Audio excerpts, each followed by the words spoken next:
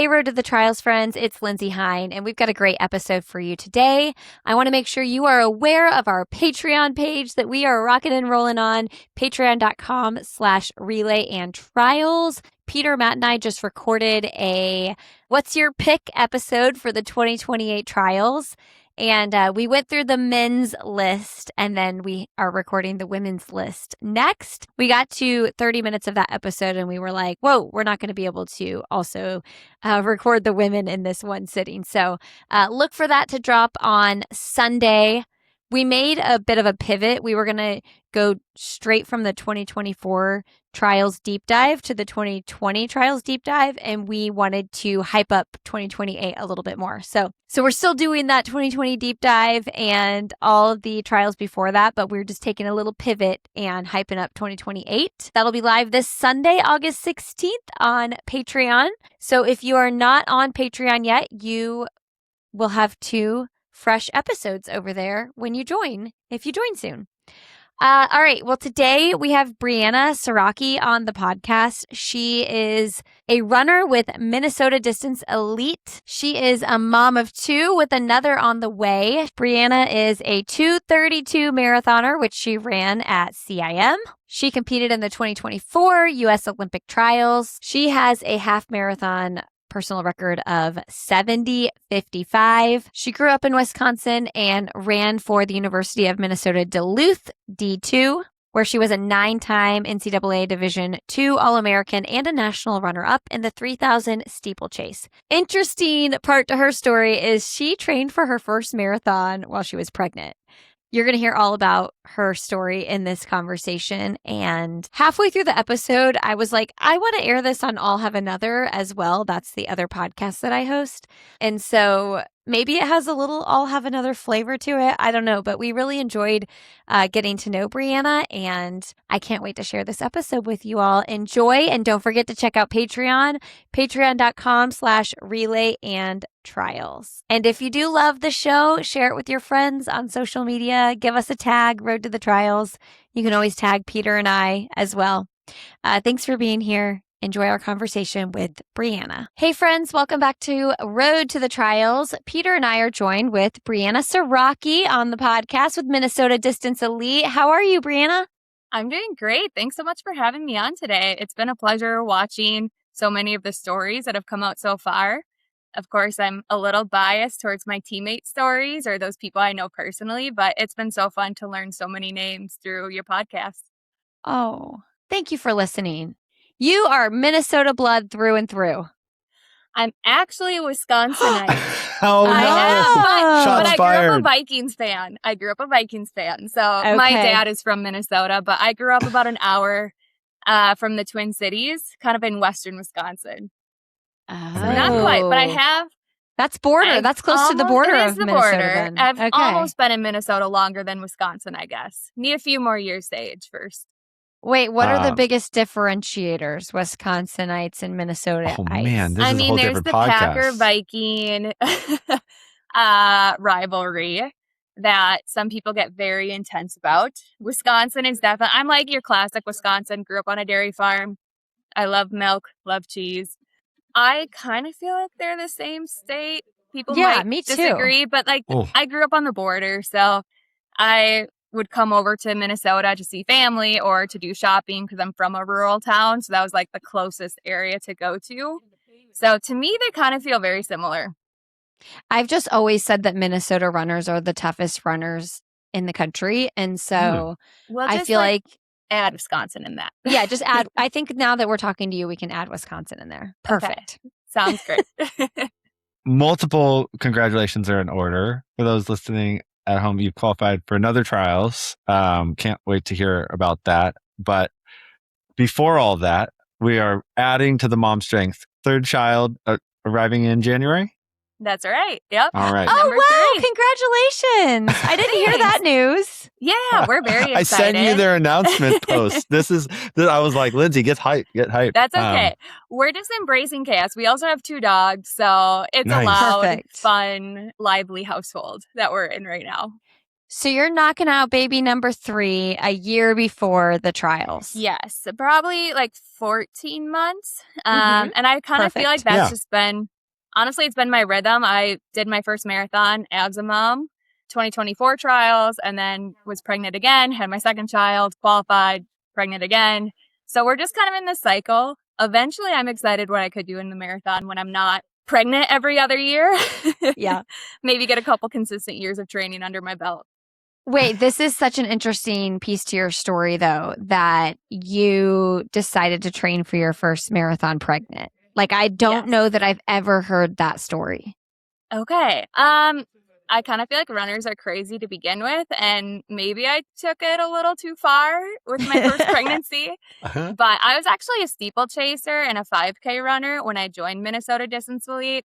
When the trials were postponed to 2021, my focus was totally on the 5K, qualifying there, and I got hurt in April, and the timeline to qualify, it just ran out. And we knew we kind of wanted to start our family. So I was like, well, I can do a lot of aerobic work pregnant. I have been told that anaerobic work is a little harder to do or a little more risky. Kind of like, if you're getting oxygen, baby's getting oxygen. And I was also kind of afraid of comparing my workout times or my races. And I just wanted to open the door to something like totally different. So I went up to Coach Lundstrom and I was like, would it be wild or crazy if I tried to run a marathon 10 months postpartum? And explored that and loved it. And honestly, I think I've been back to the track once since maybe twice since 2022 when I debuted at CIM. And it was just for like a local, like the Tracksmith Twilight 5K that was here in the cities. And it was humbled by that 5K speed for sure. Did you have it in your head that you thought eventually you would become a marathoner anyway, and you just thought this is a good time? No, I always said like the longer I go, the stronger I get, but I'm never doing a marathon. That's kind of was always what I thought. But I did a couple road races before pregnancy. I did some road miles. I did a couple, I think I did 1 or 2 half marathons, and I was blown away by like the road scene and just how much community and support. And I loved it. I just couldn't get enough of it. So I was like, well, I know I want to focus on the roads. And that just, the distance grew and grew. And then just that goal of like proving to myself that I can still be strong, chasing goals, chasing dreams as a mother and be able to like chase both. So the marathon popped in my head early pregnancy. I thought that would be a fun thing to just randomly try. I warn people now, I'm like, once you do the marathon, you're addicted. Like there's no going back. You will sign up again and again. So CIM was the first or Grandma's was the first? CIM. So I did CIM 10 months postpartum in 2022. And the goal with that was just explore the distance. I think I ran like 242 and the standard was the same, like the 237. And then I came back and ran Grandma's in 2023. And that's where I hit the qualifier. I ran 233 mid. 26. And I was supposed to do Twin Cities marathon in 2023, but unfortunately, due to the heat, it was canceled. Oh, yeah. Personally, for me, I think that ended up being a blessing because then I had the trials and it would have been 4 marathons within 14 months. Yeah. Initially becoming a marathoner and a mom. So for me, I felt a little burnt out that I was heartbroken not to run on, my home course and that support. But that little bit of break and then just focusing on the trials was a really good thing. So when you debuted CIM, going into that race, were you thinking about the OTQ? What was the main goal there? I think the verbal goal was to explore the distance, gain experience, not go out too hard. The unspoken kind of back of your mind thought is like, how cool would it be to hit that OTQ? And I came through the half. I'm trying to remember. I think just a little off pace, a little slower, but I could kind of tell early on that my body was still recovering from pregnancy. I had been very low mileage prior. So it was starting to accumulate that fatigue pretty quick where I was like, okay, let's try to sustain and like take these lessons on, how to fuel. I had never fueled in a race before. Or how do you monitor, like, when is it appropriate to hurt in a marathon? And that's a lesson I'm still trying to figure out, to be honest. Yeah. But then after that, my eyes were on OTQ at grandma's. I knew that's Okay. what I was going there for. Okay. Yeah. So what do we change in our training? I mean, there's like so many like physical changes that are happening too, because I think anybody who's had a baby knows that like 10 months postpartum to 18 months postpartum that's a huge Wildly difference. different. Yes. And I think Wildly that was just different. a big thing for me. At 10 months, I had just stopped breastfeeding. So I felt like my hormones were all over the place. I didn't even start run walking postpartum till 12 weeks. So really my build for CIM was, what would that be, 6 months to go from run walking to doing a marathon. So just having that additional, what would that even be, 8 months until grandma's, I was a completely different runner. I was able to stack on more mileage. I was healthy. My hormones had regulated again, where I was able to sustain higher loads without that risk of injury. So it was just being further out from pregnancy. Yeah. Yeah. I mean, it's one of those things where like you choose to show up even though you know like you're nowhere near the form that like you're eventually going to get to, but like putting your pride aside and just being like, I'm lining up as the athlete that I am right now. Yes. Don't care what anybody thinks. This is where I'm at. Yes. I think that's something that like motherhood teaches you, because in pregnancy, like there's so much that's out of your control. So with like my first pregnancy, I was so type A, and I felt like if I wasn't following the plan perfectly, it was failing, instead of seeing it as like, wow, like this is incredible. I'm, 34 weeks and I'm just stopping my running now.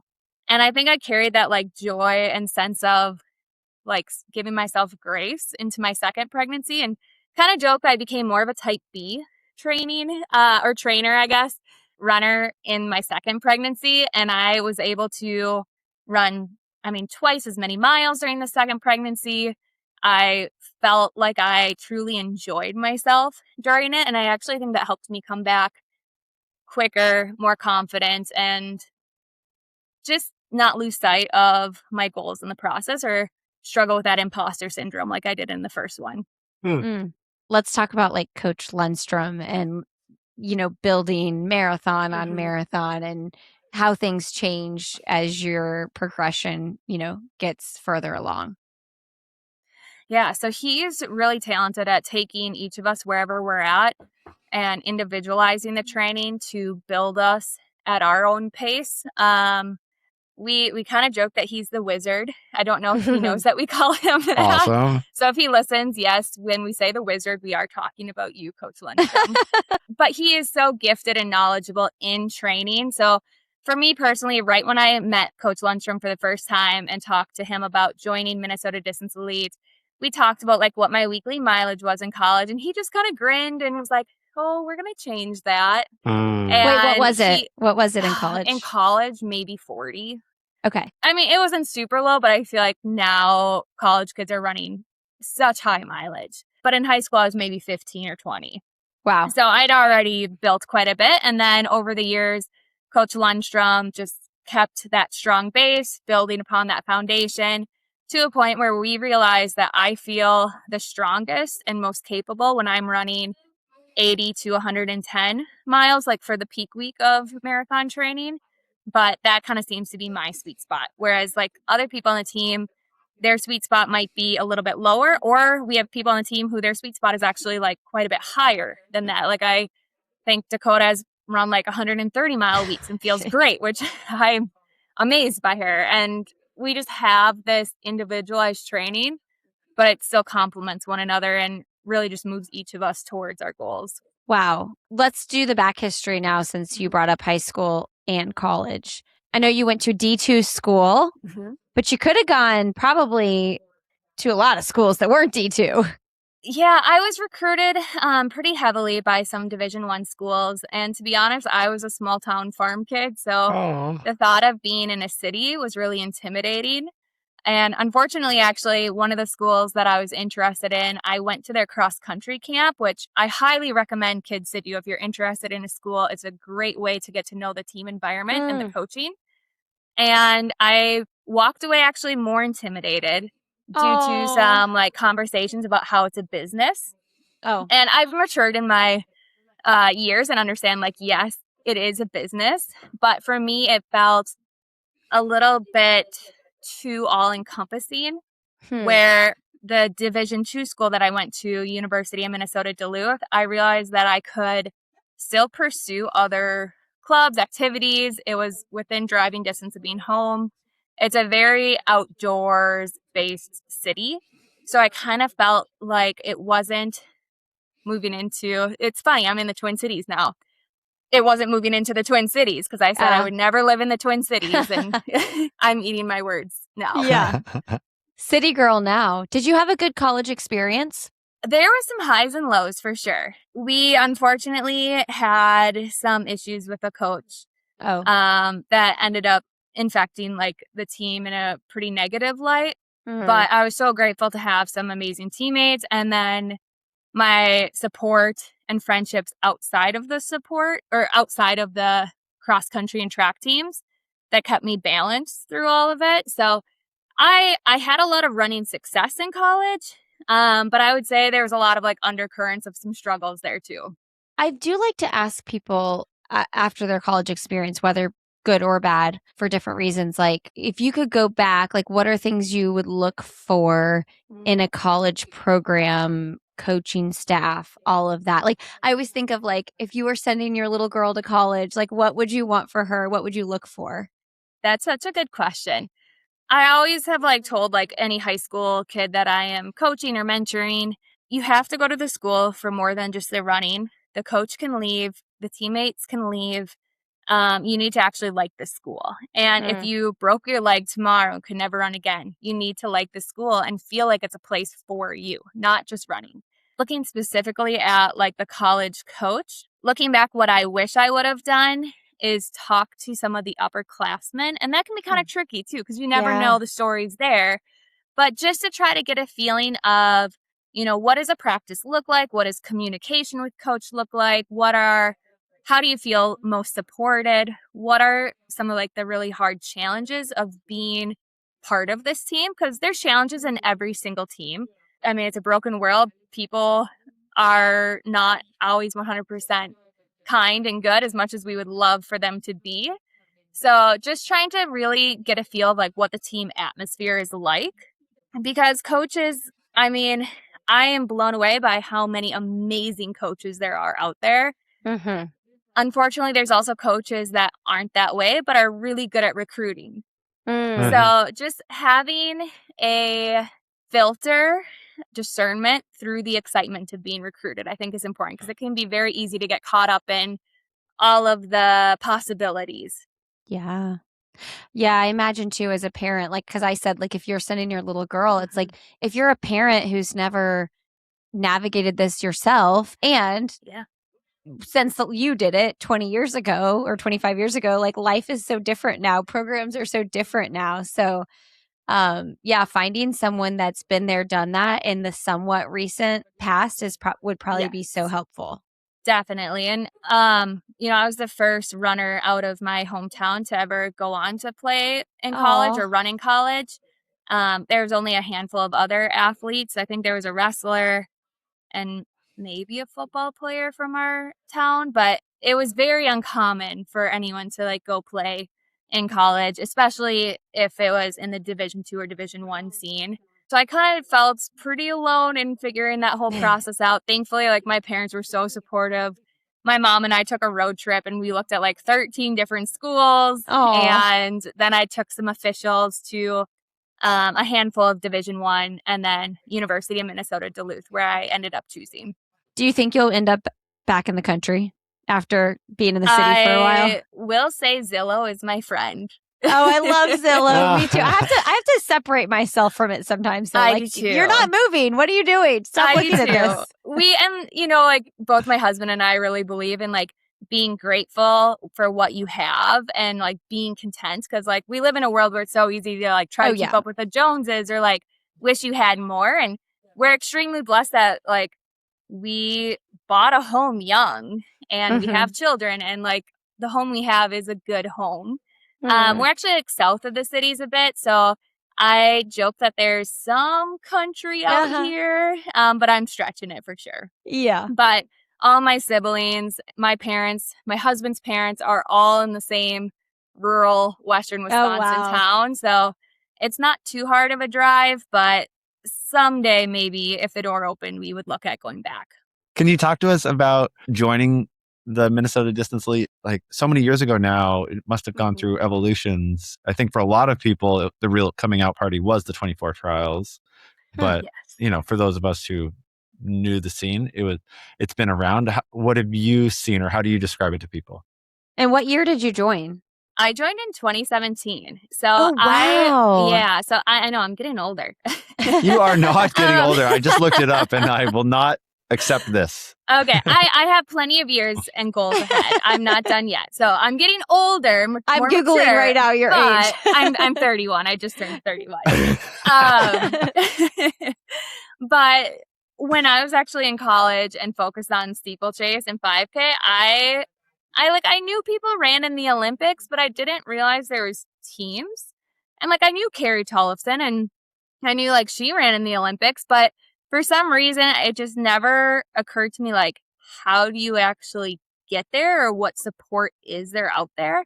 And my senior year of college, I ran NCAAs, and then all of a sudden I was invited down to the Music City Distance Carnival at that time. I think it's Music City Track Fest? Is that Track Carnival? I don't know. They've changed the name. It was Music City Distance Carnival when I went there in 2017. And I ended up having an incredible host family and staying with Justin and Gabe Grunwald. We're also staying at this host family. Oh. And and I ran a qualifying time for USAs and I felt so silly. I had no idea what USAs were. And Justin and Gabe sat me down, got me a USATF membership, explained to me that in 2 weeks, I'm going to go out to Sacramento and I'm going to race again. And the whole scene, because I just figured I graduated, I had a degree in education, you just move to what's next. Okay. So that honestly changed the trajectory for me. And at the USATF championship race, there is Jamie Cheever. She was in the steeplechase final, or I think we were in the same prelim together. Okay. And afterwards, I found myself sitting next to her, and I was kind of so you run for, it was Team USA Minnesota at the time. It's so you run for Team USA Minnesota. Can you tell me about it? And she kind of filled me in. And then I got to meet Coach Lundstrom and ended up finding myself at the Run Pro camp, I think a few weeks after that. So it was kind of a whirlwind of finding myself looking at a couple different teams, but finding ultimately my heart was here in Minnesota. Again, family girl, and truly loved the team. Just really felt like Minnesota Distance Elite or Team USA Minnesota is a team that is made up of individuals who aren't afraid to really kind of embrace their humble beginnings and put in the work. And there's no sense of entitlement here on our team. It's you have to work for every spot you get here. A lot of us have full-time, part-time jobs. We're balancing different roles. And that really attracted me. I think just growing up on the farm, I knew what it's like to work. And I didn't want to lose that sense of kind of fighting for every spot you get and that satisfaction that comes along with putting in the work towards your goals and successes. And then also I was married already. So my husband, job opportunities here compared to some of the other places that we looked at was a big factor for us. But yeah, when I joined, there was probably 10 or 11 of us on the team, maybe 5 or 6 guys and then, maybe 5 women.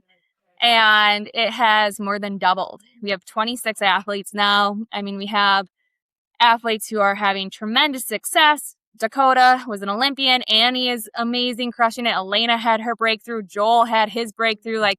There's such a momentum happening right now on the team, which is really fun to be a part of. This episode is brought to you by Precision Fuel and Hydration, precisionhydration.com. We keep going on because I am consuming so many of these products, from the chews that I eat, heading out the door or right before the trailhead. I find that having the 30-gram chews, which are split into 2, is just a really convenient way to get a little extra boost of very digestible, very compact, very consumable product right before I head out. as I keep talking about, we don't do everything we can to make our runs more difficult. Sure, we could run in ankle weights, we could run dehydrated, we could run with no sleep, but really we try to do all the right things to have the optimal training to perform at our best, both on training day and on race day. And Precision Fuel and Hydration has those products, from the drinks to the chews to the gels, so many variations to really adapt to what you need during the summer into the fall for your big marathon race day. You can use Trials26 code at checkout at precisionhydration.com. Thanks so much. How have you seen the transition now that you think of yourself as a road athlete? Like, does that change how you engage with the team, or is it still you connect with the team just as frequently? How have you made it work for yourself with 2 kids and a third on the way? Well, I guess answering your first question with like still connecting with the team, Yeah. kind of going back to how we call Coach Lundstrom the wizard. He has this way of our workouts, whether you're a marathoner or a track athlete, are completely individualized, but they can complement each other so well. So some of our workouts, like if we're all on the track that day, we might start together, maybe, you know, some like threshold repeats, and your track runners and your marathoners are both starting at threshold. And then as the workout progresses, you kind of diverge your own paths towards your own specialties and like what your individual needs are. But I feel like there's no difference between being a track runner or a road runner on our team. Like, we warm up together, we cool down together, we do our long runs together. It's just the workouts where we'll kind of split and do our own thing, but we're all still in the same vicinity, same time, 3 times a week, working out and putting in the work together. And then I guess making it work for being a mom of 2 with a third on the way. It's definitely been something of a trial and error or a balancing act. I can never allow myself to, or I shouldn't even say I never allow myself. I don't want to allow myself to ever get into a pity mindset of like, oh, like, why do I have to wake up at 5 a.m. to run? Or like, why don't I get first say and like when I want to do this kind of stuff? Because it's a beautiful life that I've chosen to be a mom and a runner. And that does mean there's sacrifices. And like, maybe you don't get to do your runs that aren't part of like the team structured days at a time you would like. Now, I'm extremely lucky that my husband last November actually walked away from his full-time engineering job to prioritize and be more with the family and start his own woodworking business. So we kind of took a leap of faith and we said, you know, we have this many years where we can kind of put everything into you being able to create your own business, work from home. He also didn't want to miss the younger years of our kids because like they change so fast. And when he was working full-time as an engineer, he would only get to see them for an hour and a half or 2 hours a day at the end of the day. And as every parent knows, that's the hardest 2 hours of the day. They're hungry, they're tired. Maybe you're tired from work. So that's been an incredible blessing because now like we go for family runs together. Like, he pushes the stroller. I won't take the credit for that. I make him do that work. But it's just opened up the door to share in the training and the goals. And even now, like, I still am chasing that sub 230 that I know is within me. And he's like, well, maybe I'll try to do that too. And frustratingly enough, he's the type of person that like doesn't need to train much and he could probably go do it. But it's him investing in the dream alongside me. And that's been what's made a big difference here. He was a runner. Like, did you meet in college running or something? No, we started dating when I was 13. So we what? Yes. So yeah, kind of whoa, small town, I guess. So I was an 8th grader. He was a freshman. Oh my gosh. And yeah, so we started dating because I met him while waiting for my brothers to finish practice. The high school team was like, well, like, the middle school track season's over. You can come run with us. It's fine. In Wisconsin, like, middle schoolers can't compete with high schoolers. So you have to wait till you're a freshman before you can do any sort of like JV, varsity, anything like that.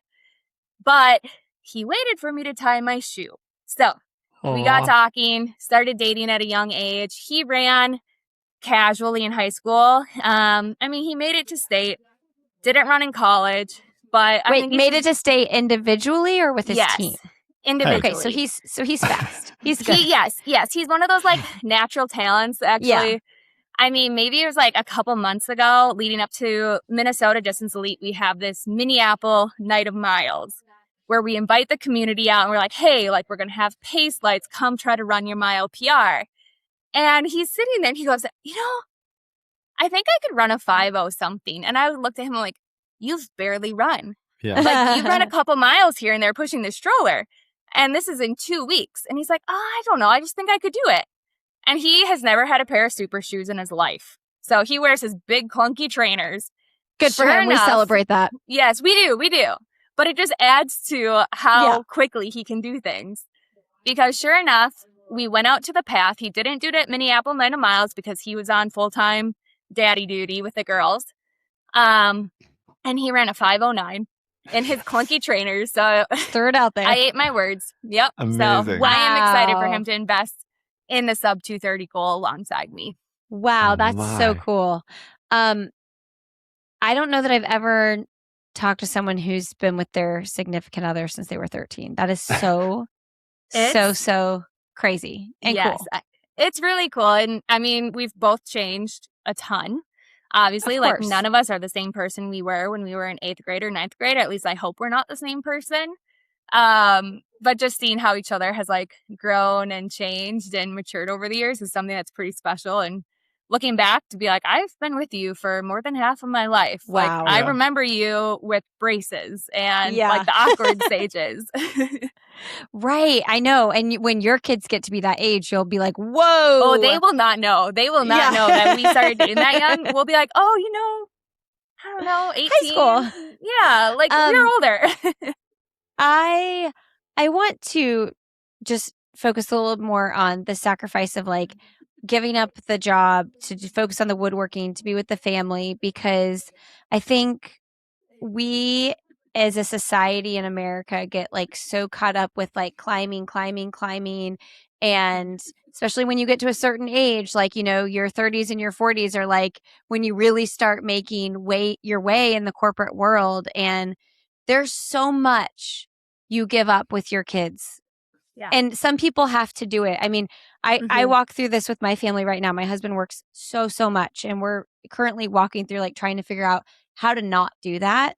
But you're clearly choosing to live a more simple life so that he can do this. And so I would love to hear like your like how you felt like pulled to do that. I'll say initially I was a little terrified of it just because I only work part-time as a run coach, and my income is dependent on how many athletes that I'm coaching. And that can change just based on, maybe someone only wanted coaching for this specific race. So I only coach them for a short time. Or, someone gets hurt or injured. Like there's just so many fluctuations in my job. And then obviously running, like we run for incredibly little because we love it. So to think about him giving up the stable, good job that he had, that's where our insurance was through. That was just the stability in our life. At first, I felt like I kind of was pushing back on it, but I could see how much he desired to be home with the girls and how important that was to him, and just kind of came to realize that we would rather live a simpler life but have that quality time together than have him feel like he's missing his kids' lives. And we figured, like if this doesn't work out, and we're very blessed that like he's an incredible woodworker, and like we've really seen like the Lord provide through like different referrals and jobs that have come through. Like he's made awards for Twin Cities Marathon, for Grandma's Marathon. Oh, cool. Like he's kind of got the running world circuited for woodworking, which is kind of fun.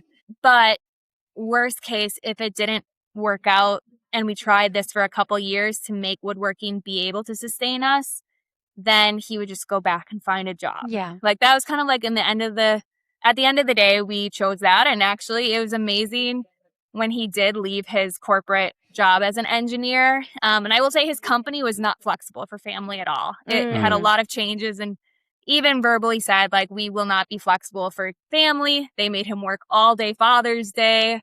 There was just a lot happening that he was like, I don't want to model this to my children. I want to model like kind of a family first attitude. And now like my 4-year-old like helps him in the shop. Like she has like the shop vac and like is helping clean up the sawdust, or like my 1-year-old like picks up the scrap wood and like goes and puts it in like different buckets or the fire pit, or gives it to our dogs. Like it's really become something that the family has invested in together. And I think that's been really special. And I hope that it does turn into something long-term.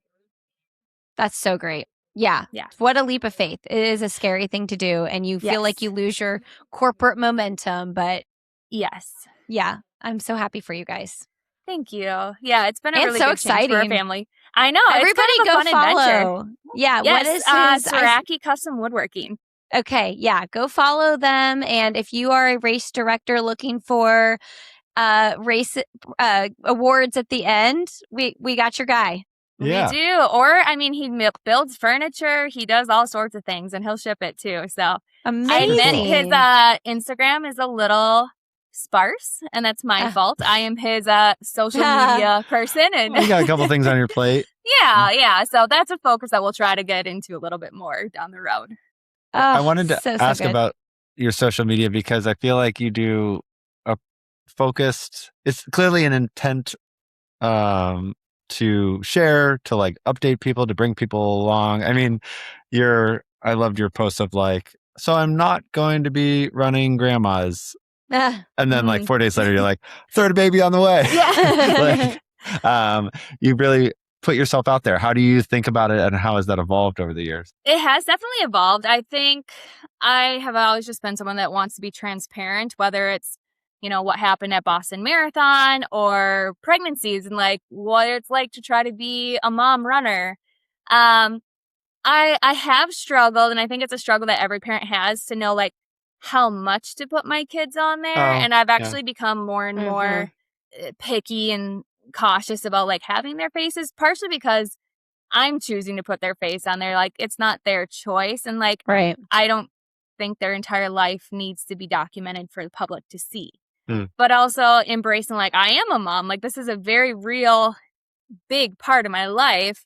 And I'm also an elite runner. So I'm doing these two big things. And this is kind of how they work together and how they challenge each other. So I think the transparency is something that I've definitely tried to hold to on my Instagram. Whether it's, really exciting posts like a pregnancy or an OTQ, or like really challenging posts like, hey, Boston went awful and here's what happened. Yeah, I was going to ask, there's you posting, and then there's you collaborating with Runner's World posts about, maybe you can set the scene for people, because I was like, man, I don't know what that would be like to dip into the larger running internet. I had no idea that story would take a life of its own and go viral.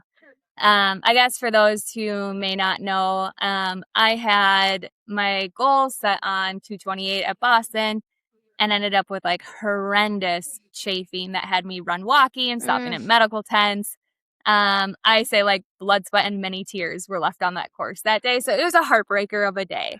And kind of going to that transparency, like I put it out there. I'm like, hey, here's what happened. And when I did that, I thought like maybe it'd get a tiny bit of engagement from like, my aunts or my uncles or like those people who like knew me and supported me. So when it blew up and Runner's World was calling, I was actually incredibly overwhelmed. Yeah. And then when the public opinion kind of weighed in and all the comments started flowing in, or like shares, actually at first I was like, I think there's robots that are like sharing this post, because it was just something I never imagined happening.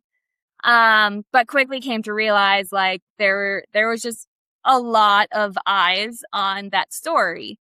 And unfortunately, like I think many of us know and feel this way, that like the negative voices feel so much louder than like the encouraging and positive ones.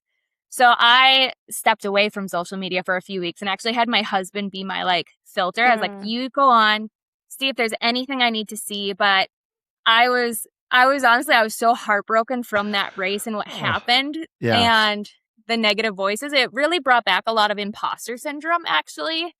And then like we knew we were having a kid. So I was like, oh man, like now it's going to be 2 years or whatever the timeline may be before I can like go after that goal again. Yeah. So I kind of just felt like everything coming down. But it was an experience that it gave me appreciation for people who are in the spotlight all the time. I quickly learned that I don't have a thick skin, and I talked to a few teammates who are in the spotlight a lot. And I was like, how did you like handle this when like you all of a sudden like blew up? And of course, like I wish that a story about me went viral for a really great reason of like, I don't know, like making a team or whatever it might be. And it was just a very vulnerable post that ended up taking a life of its own. What's fascinating is you posted about it with almost the same photo. And I mean, I haven't looked at every comment, but like the overwhelming sentiment seems to be other badass women in the sport being like, you rock, you push through, it didn't get the time, but like time's coming, keep on keeping on. And then Runner's World, for all their good and bad, reshares the story. And it's as though, I mean, it's just such a beautiful example of the internet trying to like shame and explain a sport to a woman who's in the peak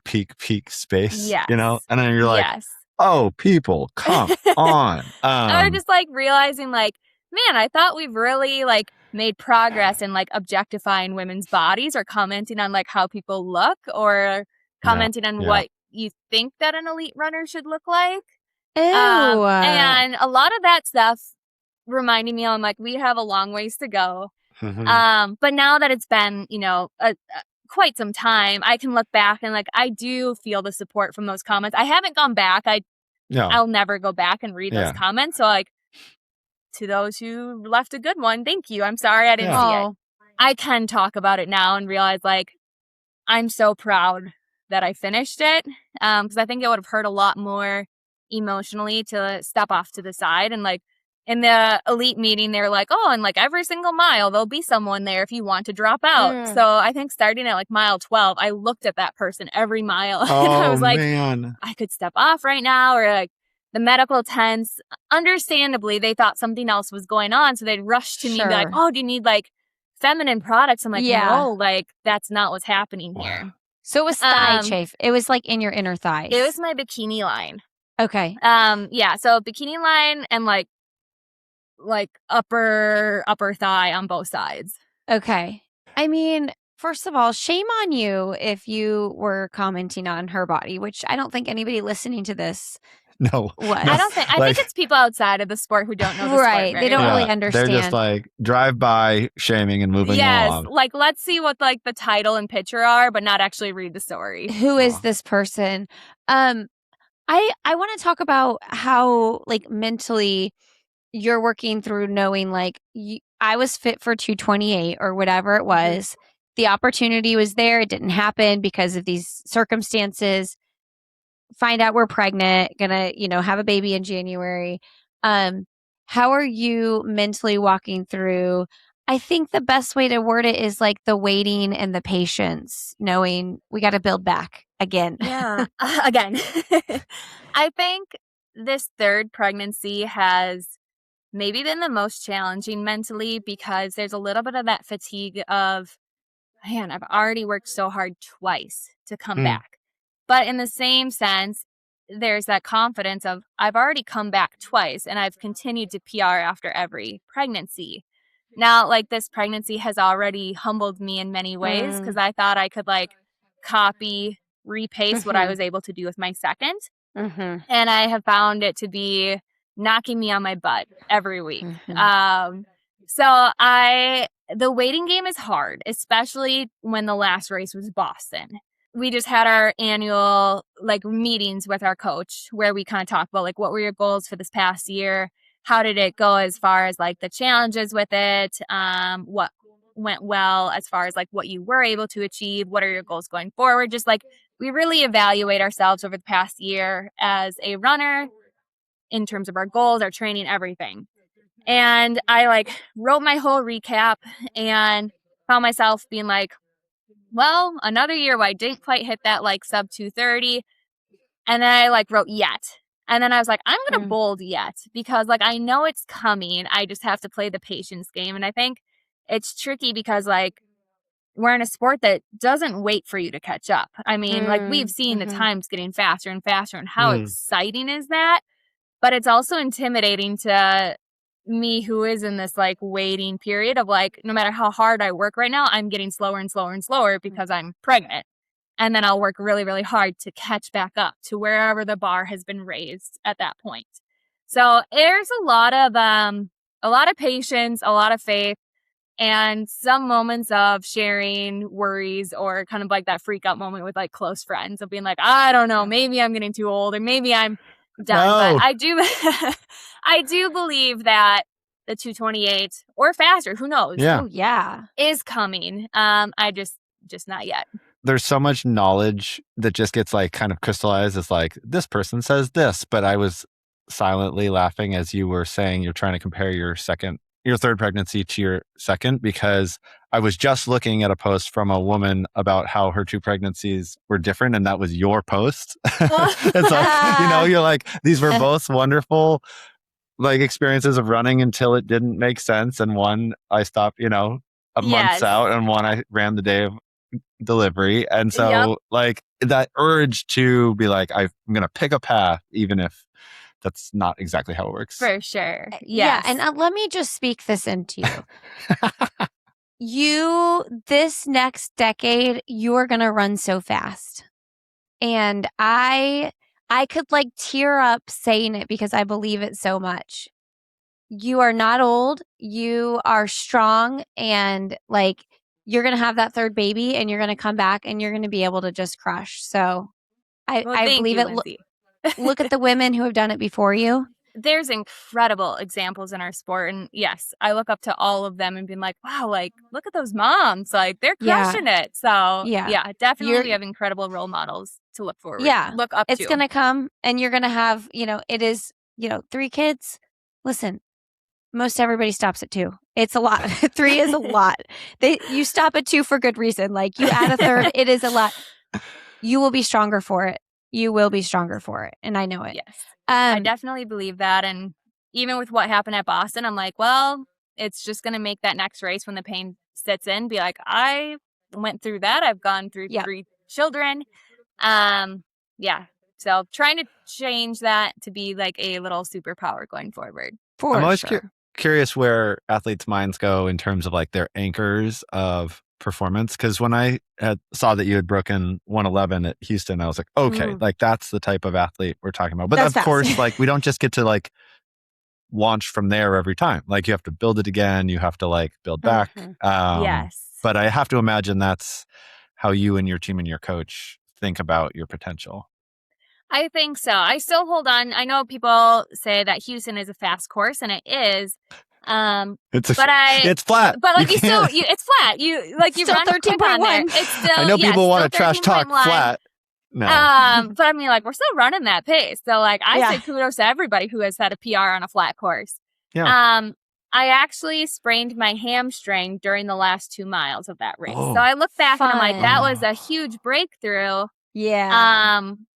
But I have more in me, and I'm so grateful that like we have people on the board for Minnesota Distance Elite, and then like coach and teammates who like that's where they see my potential, that and beyond, and that's where I see teammates' potential, or like even beyond. Like I remember actually listening to a podcast before the 2024 Olympic trials, and they were talking about like, I don't know, I think for like the women making it, I think there's going to be a surprise. And in my head, I was like, it's Dakota. Like Dakota is the surprise. She is making it.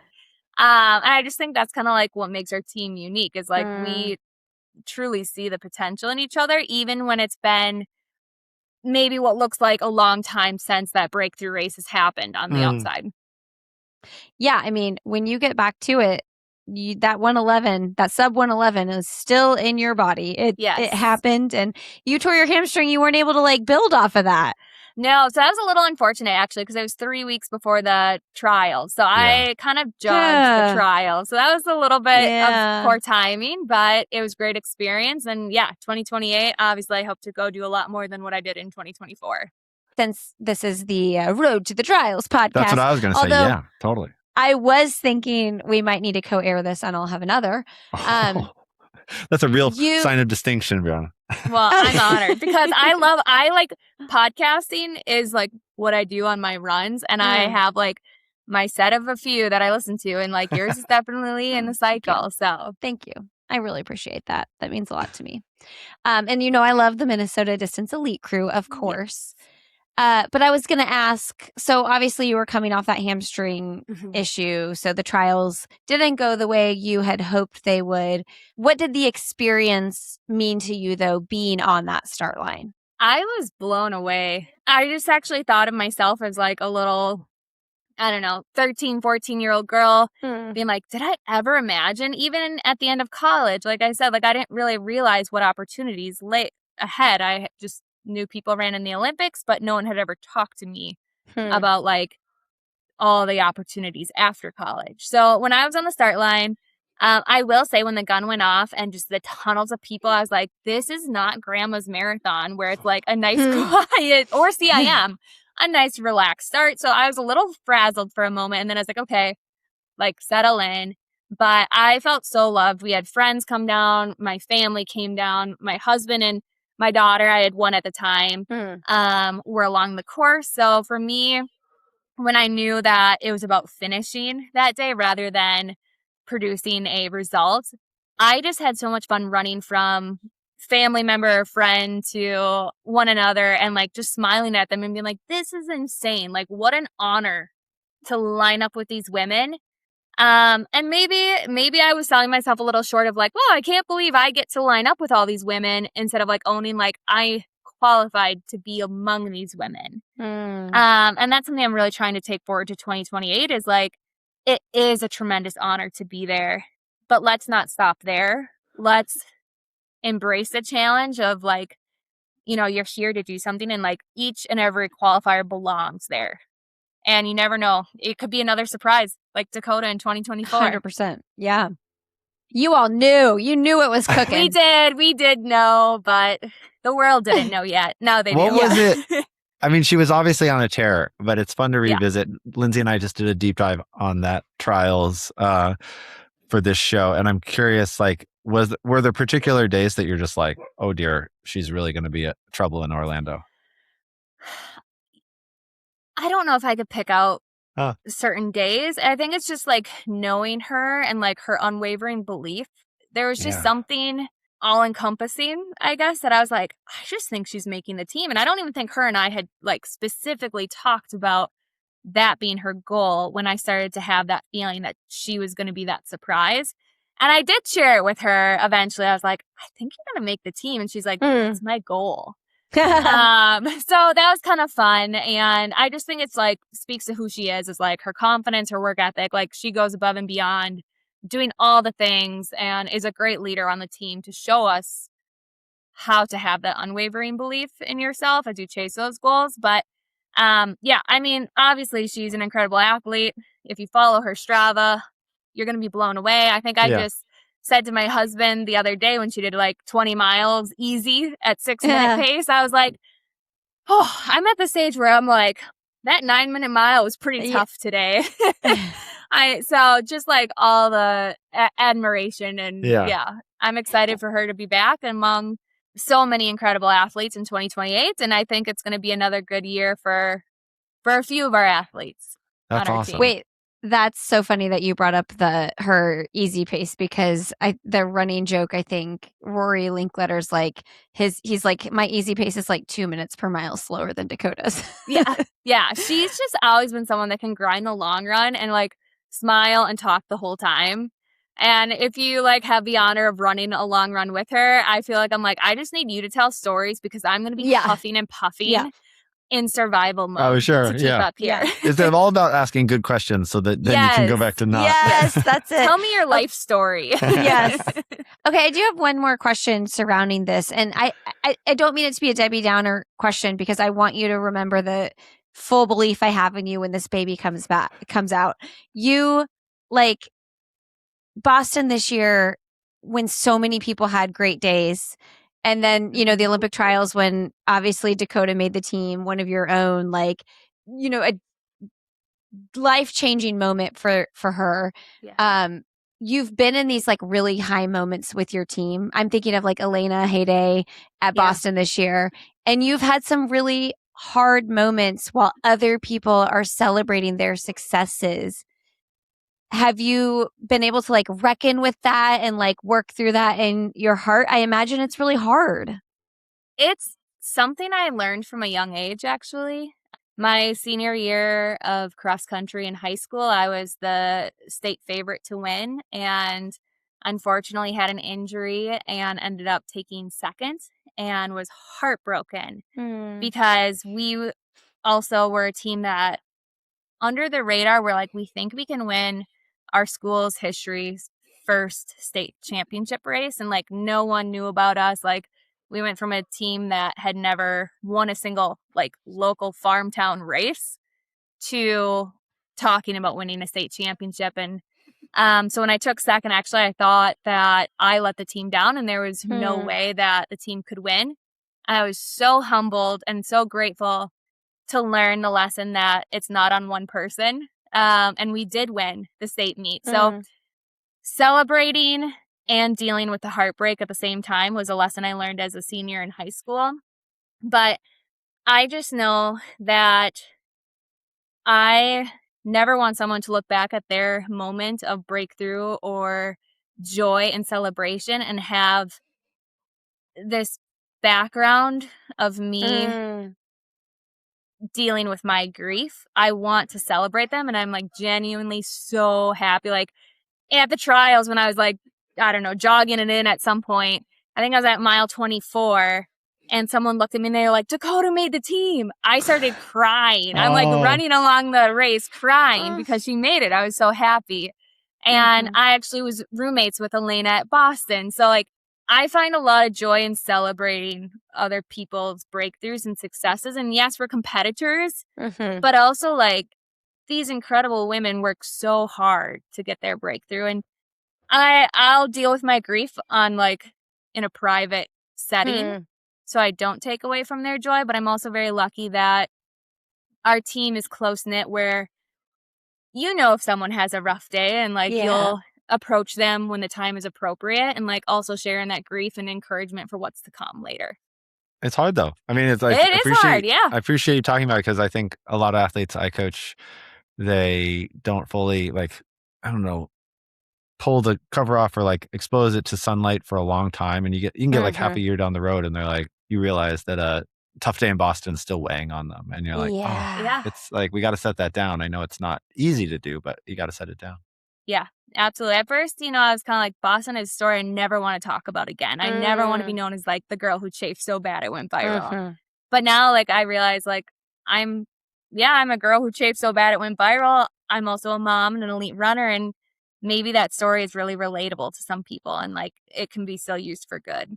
And looking through the stories you choose to tell online, there seems to be this trend of you're just continuing to do the thing. Like, because you show yourself in the gym, you show yourself running, you show yourself parenting, and then you have another child. Now you have a third on the way. You're still showing yourself lifting. And like, I think it's like vulnerable is, I feel like a weird word because I don't imagine you're not doing it out of like sheer vulnerability. You're like, I'm doing this damn thing. I just like push this sled. Like I'm not scared of it. So I think it's commendable. Well, thank you. I've also heard the word stubborn used. So yes, that's what I mean. Yes. Yeah. So I'm incredibly grateful for the opportunities that I've been given. I joke with my coach because there's a question on that review like, do you hope to continue? And I'm like, you need to kick me off this team when I'm done because I'm going to keep showing up. And I'm so grateful that they've continued to support me as I chase my dream as a mom and are patient with me as I put in the work to come back each pregnancy too. But yes, I plan to stay in this sport. I plan to keep chasing goals, and I'm waiting on the not yet to actually come through. Oh, totally. And I loved your post about how many women were moms at the last trials, and then like how that we should definitely, I don't know a way to quantify that going forward into the 28 trials, but it's definitely it's not just a like one-off story to tell, obviously. And it's the power and the, story of the numbers is really a cool element of it. Definitely. I think that number is growing, which is exciting. Yeah. Yeah. I'm getting self-conscious that I made it sound like having 2 kids isn't hard. Having any kids is hard. I was just No, thinking good, like you're good. when you add a third, it's just there's just another just another human to keep alive. Yes, I will say we might be crazy and not planning to stop at 3. So Lindsay's music to like I said, Lindsay's we're just gonna ears. keep we're gonna keep showing up. But ideally in the end, I grew up with 3 brothers and imagine you us with a did? family of 6. So Okay. including Yeah. Connor, not 6 kids. Yeah. Oh, Okay. okay. Yes. Not 6, Yeah. like 4 kids. My wife and I yeah. always say that we love hanging out with families with 3 kids because there's less of this veil of like holding it all together. They're just like, the hurricane's moving that way if you want to join us. Yes. And we're like, all right, we'll see you there. Yes, you so it's a definitely lot of fun. learn what needs to stress you out and what is just a part of like the season of life. It's that Seth Meyers stand-up bit where he's talking about like hanging out with people with 3 kids because there's like things just like being thrown and broken in a room and the parents are like, what? I didn't hear that. Yes. My 1-year-old is currently, she's decided that she's potty training herself right now. I was like, I don't know if I'm ready for this, but like, here we go. We're doing this. And one of my closest friends came over for a play date yesterday with her daughter. And I was like, are you comfortable if my 1-year-old keeps whipping her diaper off? Like, I can't get her to keep it on. And it's just part of embracing the chaos of having young children and like that season of life. But amazing. Listen, I will never forget the time I had this older lady that was my neighbor. And when I brought my 4th baby home and she would come over sometimes and hold the baby. And this baby was like 3 weeks old. And she was like, when are you going to start setting him on the potty? Oh, no. And I was like, You're excuse like, me, what? That's what she did with her babies. Like as baby, there's people that do that. That they was like common at that generation too. Yeah, they sit them on the potties as like infants and like she's like, yeah, my granddaughter Isabella was potty trained at 1. And I'm like, what? Fascinating. Like 1? Like freshly 1? Yeah. I'm like, the diaper situation sounds nice there, but right. The expense of not having to buy all those diapers anymore sounds great.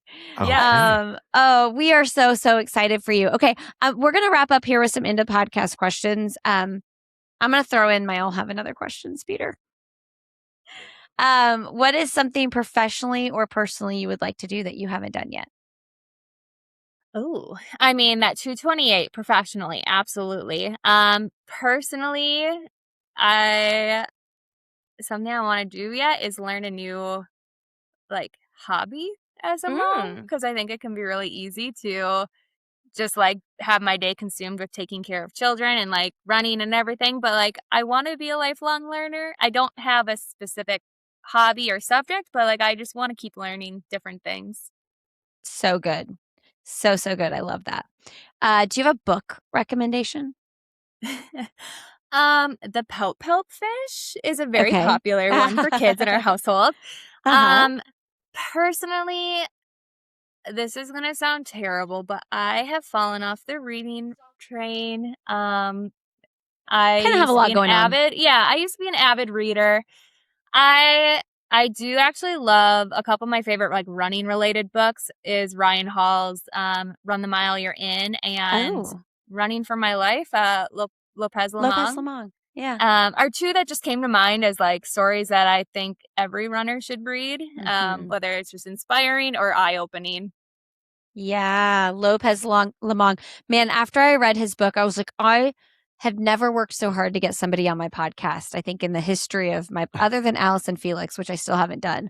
But I mean, when I finally booked Lopez Lemong on my show, like 8 years ago, it was like so exciting. Okay, that's amazing. Nice work. I'll admit, I don't think I've heard that one, but now I'm going to go look for that one. It was probably within like the 2nd year. So it's been a very long time, but I'll scroll back and I'll find it. I just like, man, his story it's absolutely crazy and incredible. It is. And inspiring. When you think of the 2028 trials, what comes to mind? Showing my daughters what it looks like to keep chasing their dreams. My oldest at that time will be freshly 6. So she'll be at the age where I think she might remember Mhm. parts of it. And I just want her to see her mom working hard no matter what the result is. So I picture them good. standing along the sides. That's awesome. Will you guys find out what you're having? In 3 weeks. Okay. So I'm not counting down at all. Okay. You want to know ahead of I time. I do. Okay. I've enjoyed like the 20-week anatomy scan to find out for every pregnancy. Yeah, it's fun to know. What is your last message to leave with our audience today? Ooh. You can chase multiple dreams. It might look a little different than like what someone else's journey looks like, but it's a beautiful thing when you can go after more than one dream. Beautiful. Thank you so much, Awesome. Breanna. Thank you guys. This was great. Yeah, thank you so much. We can't wait to cheer you on in the new year with expanding family, and then also to see you in 28 at the trials. It's going to be awesome. Thank you both so much. I enjoyed this and can't wait to continue following all the stories of qualifiers leading up to 2028. Oh, thank you.